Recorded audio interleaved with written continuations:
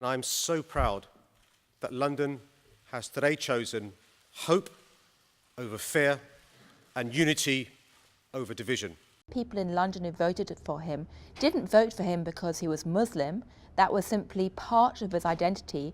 He's standing up and saying, look, I'm able to represent all people. Sadiq Khan was elected Mayor of London in May of 2016, famously the first ever Muslim leader of any Western world capital city. Thanks for your support. Like many political confrontations in Western countries last year, it was a bitter and bruising election campaign. Khan's conservative opponent made a great deal of Khan being a Muslim, and there were accusations that he was connected to people who had terrorist sympathies. There were dark insinuations that Sadiq Khan had somehow become associated with extremism or some extreme Islamic ideas, and Sadiq Khan indicated very strongly that actually he's very much part of the moderate wing of the Islamic population who are trying to fight back against extremists. American political consultant Rod O'Connor was watching the Khan campaign closely and his opponents. People look deeper. I think Sadiq gave them an opportunity to look deeper, and they made a choice, and look, so far he's risen to the challenge. While Khan, a Labour Party candidate, was fighting to lead London, his country as a whole was engaged in a broader national fight over Brexit, the exiting of Britain from the European Union. To the shock of many in the possibly rarefied world of politics, a majority of Britons voted to leave. The winning Brexit campaign's rhetoric included strong anti-Muslim and anti-immigrant themes. This was followed by a 50% spike in hate crimes, according to the nation's police forces. Attacks targeted everything from Muslim halal food stores to Catholic social centres for Polish immigrants, and the attacks even included murder.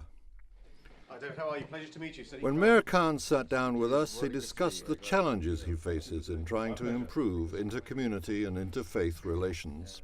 Listen, it's not perfect, but actually we're a great city.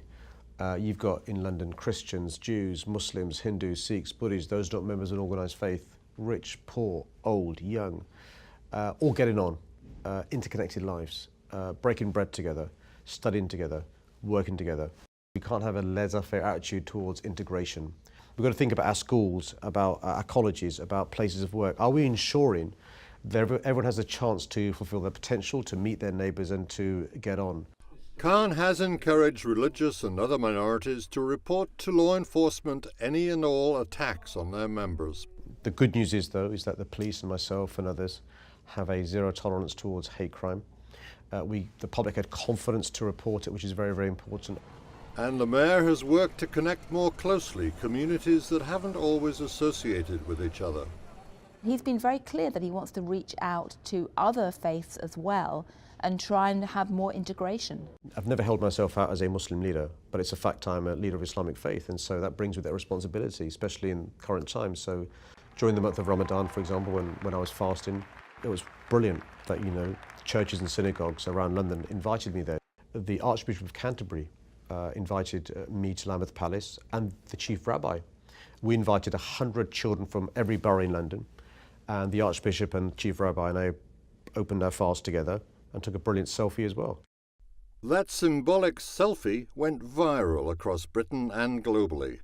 This popular common touch of Khan's, say people who know him, stems from his beginnings in working-class London.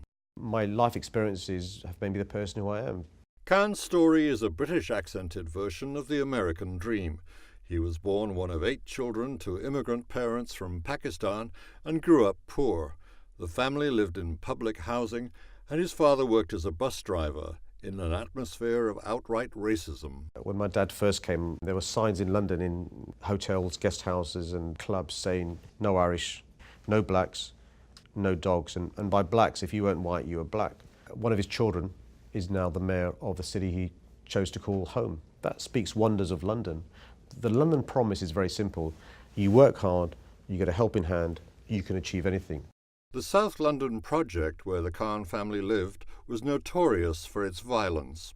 It was a tough housing project, and you had a choice to either defend yourself or to get beaten up and be the victim of bullying. So at an early age, all my brothers, I've got 6 brothers and a sister, we joined the local boxing club because it made you streetwise, how to look after yourself, how to make sure you're safe. Really important, but other skills you learn in boxing as well. How to be magnanimous, how to be a team player, how to keep fit. What do you think now that you're in the position you're in? Does street fighting still help? Well, some would say politics is street fighting. How to defend yourself, how to make sure you expose your opponent's weaknesses, how to always be moving, don't stand still.